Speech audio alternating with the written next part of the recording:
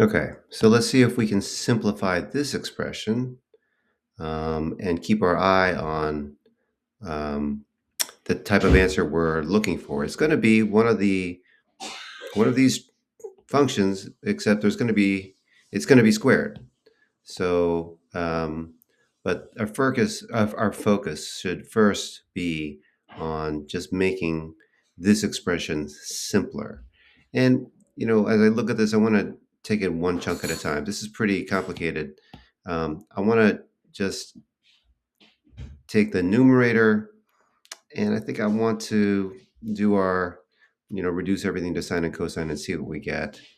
I'm gonna do this next. I'm gonna take a look at this, the denominator, and it's two terms.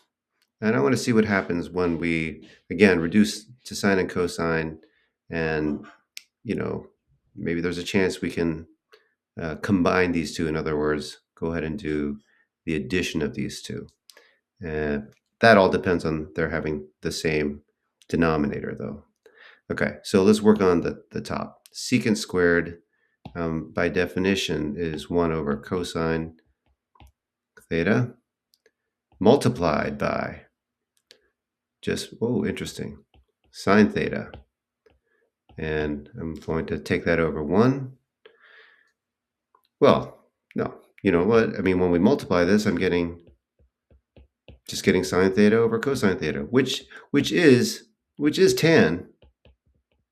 I don't know if that's going to help us, but I'm just going to kind of leave this here for the time being. Okay, so this is really what's going on top of the fraction. Now, for the numerator, let's do our conversion again.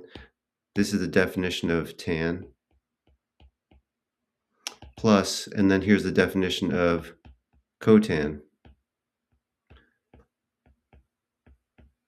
Okay, no squareds. So this is what's happening in our denominator in the bottom.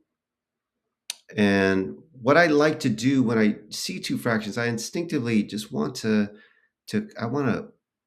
combine them. I want to add them up or subtract them, but this time we're adding. But I need them to have the same denominator.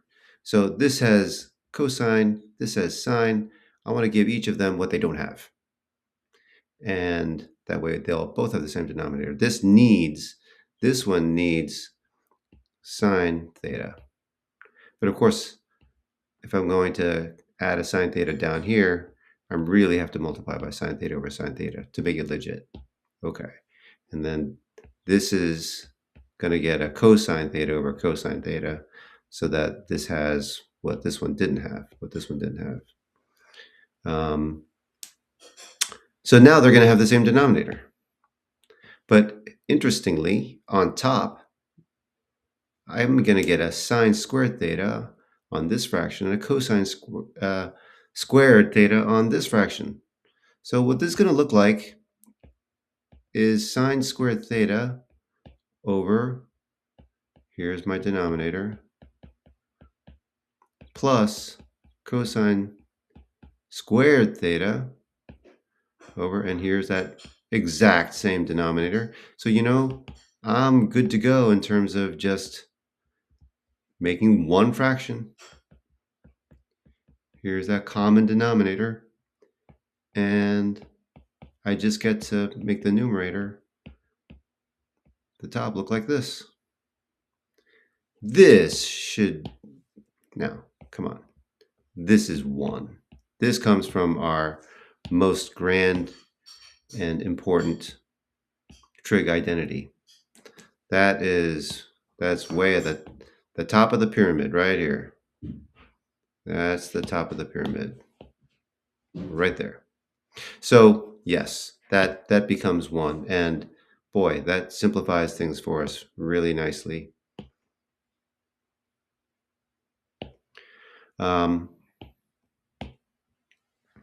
Okay, so this is just to